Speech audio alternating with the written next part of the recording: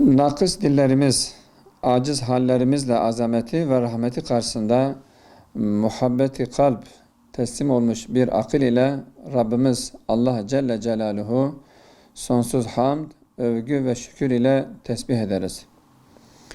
Rabbimizin insanlığa şifa, Müslümanlara önder ve rehber kıldığı aziz Peygamberimiz Hz. Muhammed sallallahu aleyhi ve selleme salatu selam olsun. Vakıflar, İslam medeniyetinin insanlık ailesine sunduğu iftihar örneklerindendir. Gayri İslami inanç ve ideolojilerin ortaya çıkardığı maddeci, dünyacı insan tipi yerine İslam, dünya ve ahiret hakikatinin idrakinde olan, karunvari yaşamayan, aldatan bizden değildir inancını referans alan ve ahiret yolculuğuna azıksız çıkmayan ahsen insan modelini ortaya koyar. Bu doğrultuda Rabbimiz şunu buyurur: Ey iman edenler! Rükû edin, secdeye kapanın, Rabbinize kulluk edin. Dünya ve ahiret için hayırlı işler yapınız ki kurtuluşa eresiniz. Hac suresi 77. ayet. Hz. Muhammed sallallahu aleyhi ve sellem ise şu hakikate dikkat çeker.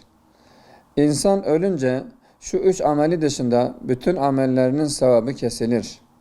Sadaka-i cariye, kendisinden istifade edilen ilim, arkasından dua eden hayırlı evlat. Buradaki sadaka-i cariye ifadesi Allah rızası gözetilerek icra edilen hayırlı vakıf hizmetlerine ve azık haybesindeki sevince ışık tutar.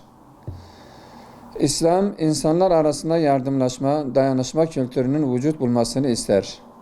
İslam, Batı orijinli, beşeri köle ettiren ya da inanç sefaletine sürükleyen ideolojilerin bencil, gamsız, insan tipini üreten anlayışlarına raddiyede bulunarak ahsen toplumun oluşmasını ister.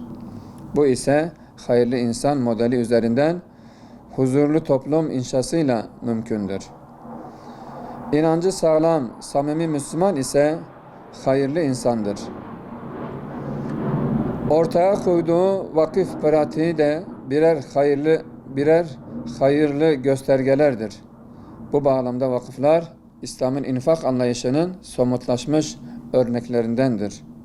Zira Cenab-ı Allah Ali İmran suresi 92. ayette şöyle buyuruyor: Sevdiğiniz şeylerden Allah yolunda harcamadıkça en iyiye erişemezsiniz. Her ne harcarsanız Allah onu bilir. Peygamberimiz sallallahu aleyhi ve sellem ise merhamet etmeyene merhamet olunmaz diye buyurmuştur. İdeolojilerin ve artan dünyevileşmenin pençesindeki insanlığın yaşadığı sosyopsikolojik buhranlara karşı İslam, isteyenlerin sığınağı ve çözüm reçetesi olmaya devam eder. İslam, bir canlıya zarar verecek dikenin dahi kaldırılmasını değerli görür. Vakıf kültürü, tüm canlılara karşı sergilenen merhamet duygusunun ete kemiğe bürünmesinin adıdır. Bu manada İslam'ın rotası ancak iyilikleri gösterir.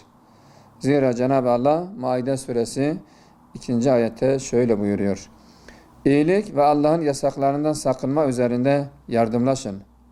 Hz. Muhammed sallallahu aleyhi ve sellem ise insanların en hayırlısı, insanlara faydalı olandır diye buyurmuştur.